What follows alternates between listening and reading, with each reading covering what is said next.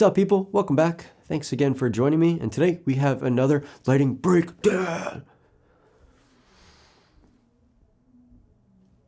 So, quick backstory on the project that we're going to be talking about. A good friend of mine, his name is Christie. I will link his YouTube channel in the description below. He's got a really great YouTube channel, especially if you're looking at the pocket cinema camera, especially the 6K. Make sure you watch his videos, comment, tell him how much you love him, because he needs it. He's very sensitive. He's not. So, one of his clients is a really awesome boxing gym. They were recently hired to do a kind of promo commercial for their upcoming hoodie release and just kind of general boxing gym vibes, you know, gritty, punching and stuff, you know how it goes with boxing. So my role as a DP on this project was essentially making sure that the lighting was dialed in for each individual scene. I also operated my Ursa, and Scott also operated his pocket cinema camera. I just want to make a quick note. Something I realized on set was that all of the practicing that I do at home and everything that I do to just kind of keep getting better as a cinematographer, it really plays a huge role when you're on set. I felt like I had things in my back pocket that I normally wouldn't have if I don't practice or if I didn't try things. So a big note that I want to just say is practice is so important. There were times that I just knew what I wanted because I've done it before. And things that I normally wouldn't, I don't know, but all I gotta say is just keep practicing because you never know when you're gonna use what you practice on a real set. Alright, so now we're gonna go over 3 different scenes from this commercial and how I lit them. Alright, so now we're in Photoshop and this is the first scene that we're gonna go over, and obviously the first thing you're gonna notice is the massive windows. And what lit these windows was not any sort of lighting because I would have had to have had some powerful lights to create this much exposure. We had the luck of beautiful sunlight. So during the time of day that we were filming, plus the weather, fortunately, the sun was beaming directly through those windows, creating really hard light, which was perfect. As soon as I walked in and saw that there were patterns on the ground and the light was extremely harsh, I realized there was a great opportunity for haze, as you could kind of see over here, creating these kind of light beams. So whenever you have any sort of hard light and mix it with haze, you're going to get those beam light figures. And that was something I really wanted to test out with this one, especially in having him central of the windows, kind of having the beams around him. I thought was really, really awesome. Next thing that I want to mention is just the key light, which you'll see right here. So you also notice this gym is painted black. Everything is very dark. And without this key light, his face, the details in his face would completely get lost in the shadows. So the key light that I used was the Nanlite Forza 300. I placed it just out of frame on the right side. So the Nanlite Forza 300 is a mono light 5600 Kelvin, which is equivalent to daylight, which matched the window light. So having that with a huge softbox created this little bit of detail in his face, which I pretty much needed. Without it, essentially I wouldn't be able to see anything. Also, it shined a little bit on the logo of the sweatshirt, which was something that we were promoting, so we wanted to make sure we had the detail in that. Also, quick note, if you'll notice his body language, his body is facing to the right, this way. His body is opened up this way. Now, the reason why I placed the key light on this side is because I know that he is opening up this way, and since his body language is kind of facing this window right here, I felt it was natural to only shine the key light this way to kind of imitate this light right here. If I were to place the key light over here and his body was opening up this way, why am I drawing on his face? So if I were to put the key light over here and shine it this way, even though his body's opened up this way, I would be essentially shooting into the light. And as you guys know from my previous video, shooting into the shadows just looks so much better, so much more cinematic. So I knew that he was opening up this way and the key light had to be facing that way. Alright, so now we're in scene number 2, and here he is going through some drills on the heavy bag. So as you'll notice, the first light that you're going to see is this little Nanlite Pavo tube.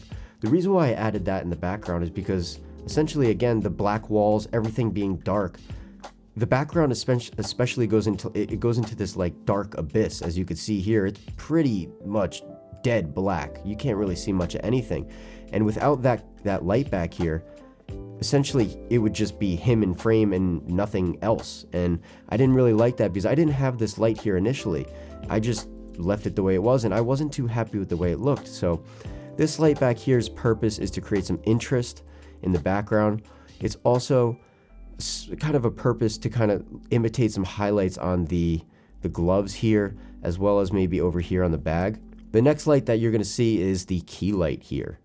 So I placed a Nanlite Forza 300 with a softbox just behind the heavy bags. And this really kind of emphasized the window lighting that he was facing. And it also helped me kind of create separation from his face and the background. So now if I didn't have that key light, his face would be without detail, it wouldn't be without anything. And it also gives, you'll see highlight in the gloves here, a nice shadow, a nice roll off in the shadows right here. It's not too harsh, but it has like a nice gradient. You'll also notice as well, again, we are promoting the hoodie and having it visible with the logo in frame.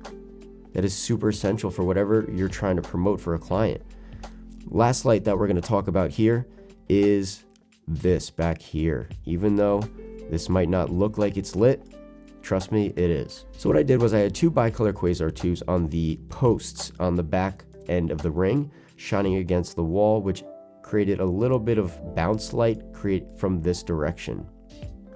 Now, if I didn't have that light back there, again, this would be a black abyss. So having those two bicolor quasar tubes bouncing a little bit of light just created a little bit of interest in the background to kind of separate the subject from the background. Also, one more thing I want to note is the key light adds a nice little kind of rim light right here on these ropes, which is really nice. Otherwise, again, it would be pitch black. So going from light to dark is really key to creating depth in your image. All right, so this is shot 3. So this is probably one of my favorite shots and one that I'm most proud of. The problem we were faced with here was he was using speed bag, but it was tight against the wall and there was no room for me to light from the front with a softbox, so I had to pretty much improvise something. So something I've tried before and has worked, especially in tight spaces, is using a bounce. I attached a solid white fabric to my C-stand and placed it on the left side of the subject against the wall, but on a slight angle. So what I did was I used my Forza 300 and added a Fresnel attachment and set it to a tight beam. What I did was I placed it extremely high up and shined it directly on the white fabric. This caused two things to happen. So the first thing you'll notice is the soft light on his face right here. To me, this was the perfect contrast balance without being too overly dark and moody, but still keeping that dark aesthetic. Since I shined that super hard light onto the bounce, which is coming in this direction, hitting the bounce right here, and then shining back onto his face, but in a more spread fashion. Hopefully that illustration works. So the other aspects of the frame that the bounce is lighting is, again, the logo, making sure that's in frame because that's something we're trying to sell here. You'll also notice on the speed bag, it doesn't just dip to black completely. There's a little bit of rim light here, which is really nice, and that's coming from the bounce, and that creates a little bit of separation from the speed bag and the background. So this light had twofold benefits. The second reason is this really nice hard end top light. Having the Nanlite Forza 300 with a really tight beam, really high up, just left of frame here, shining behind him, hitting the bounce, also created a little bit of spread and kind of hit his backside, creating a nice rim light here, a nice separation. And it looked like there might be a window right over here. Even though there is actually a window over here, it made it look like that there's another light source coming in, shining from the back. Personally, I feel without this backlight here, the image would be a lot more dull and pretty much wouldn't have as much depth as it does. This light also gave a really nice shine to the front of the speed bag here, as you'll notice. So a key takeaway here could be shooting with light values that go from light to dark, to light to dark, to light, dark, light, dark, light, dark, light. Creating dimension in your image going from light to dark, it really does add so much depth. The last light that I want to go over for this scene is the background light, which is right here. Again, like the previous frame that we just went over, I still had those two quasar tubes against the rings facing the wall. This gym is naturally dark. Everything is black and their aesthetic is black and dark, which is amazing but also very difficult. Again, I know I've went over this, but I can't emphasize enough how amazing a dark room is, but how difficult it can be at the same time. So having those two quasar tubes shining a bit of light at the logo, it really helped elevate the exposure and make it just visible enough to see and know what it is. And that's part of branding, and that's part of your job as a DP is what are you shooting? What is the commercial about? This commercial was about their hoodie, which is lit right here, and it's also about their gym, which is the logo right here. So always trying to keep that in mind when you're shooting, and not just focus on the key light here, but everything. Ooh, just gave him a booger there. Everything about the image needs to represent what the commercial is about. All right, so if you're still with me, thank you, because, well, you're helping me with my watch time, and, well, I think that means maybe my videos are getting more interesting. Maybe I'm getting more comfortable in front of camera. Maybe I'm learning how to do this better. I don't know. But if you're watching this right now, this part, you're pretty deep into this video, so thank you. All right, so hopefully you enjoyed today's lighting breakdown. Hopefully you found some benefit in it. If you didn't, I don't know, I'm sorry. I'll try better next time. But if you did, great. So before I go, I want to give a quick shout out to my buddy Tomas. So he is the one that does all of my behind the scenes video, behind the scenes photo. This guy, he's the best. So I just want to shout him out. Also, check the link in the description. I'm going to link his YouTube channel. He does a lot of vlog style content, and he also started a clothing company, which I wear in a lot of my videos. If you've noticed, like 3 little lines here or 3 little lines here, that's his clothing company. I wear his clothes a lot. I'm not wearing it right now. Sorry, dude. Actually, pause.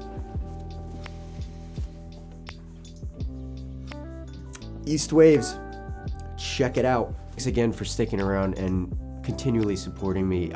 It means the world to me. I never would have thought that I've gotten to where I am today, and it couldn't have been done without any of you guys. So thank you so much. Hit the subscribe button. Comment below, let me know what you think. Hit that thumbs up button if you liked it. Maybe don't hit that thumbs down if you didn't like it. Just skirt past it. That would be nice. But if you feel the need to give me a thumbs down, I guess. But either way, until next time, thank you so much. I will see you then.